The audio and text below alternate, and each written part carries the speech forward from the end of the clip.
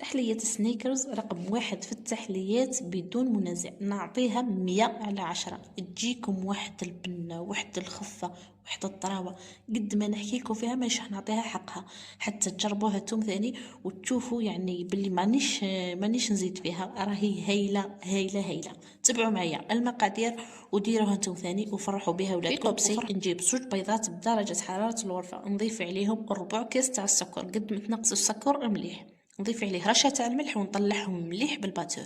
نجيب نص كاس تاع الزيت، نزيد نفرغوا على الخليط هذاك ونطلعوا مليح مليح، نحبس بالباتور ونكمل بالفوي عادي.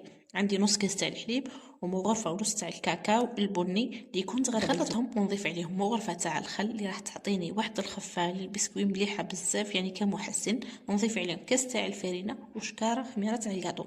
الفرينه ديري بشوي وشوفي، ما نقدرش نعطيك يعني الكميه قد لانه تقدر تشرب تقدر ما تشربلكش.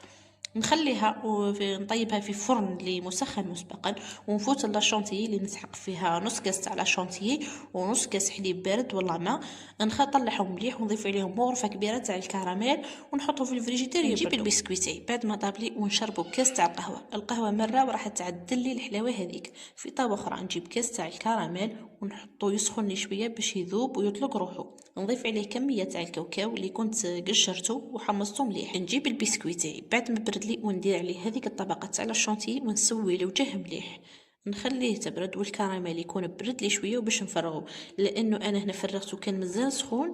بعد طلعت لي هذيك لاشونتي من الفوق. نتوما بعقلكم كلش ديروه بالعقل. زيدوا عليه خطوط تاع الشوكولا وحطوها تبرد وقدموها وتشوفوا النتيجه يعني هايله روعه باتم معنى الكلمه. نتمنى انه تعجبكم انتم ثاني وتجربوها، وما تنساوش ديروا لي لايك وابوني، تبارطاجيو فيديو مع اصدقائكم. سلام.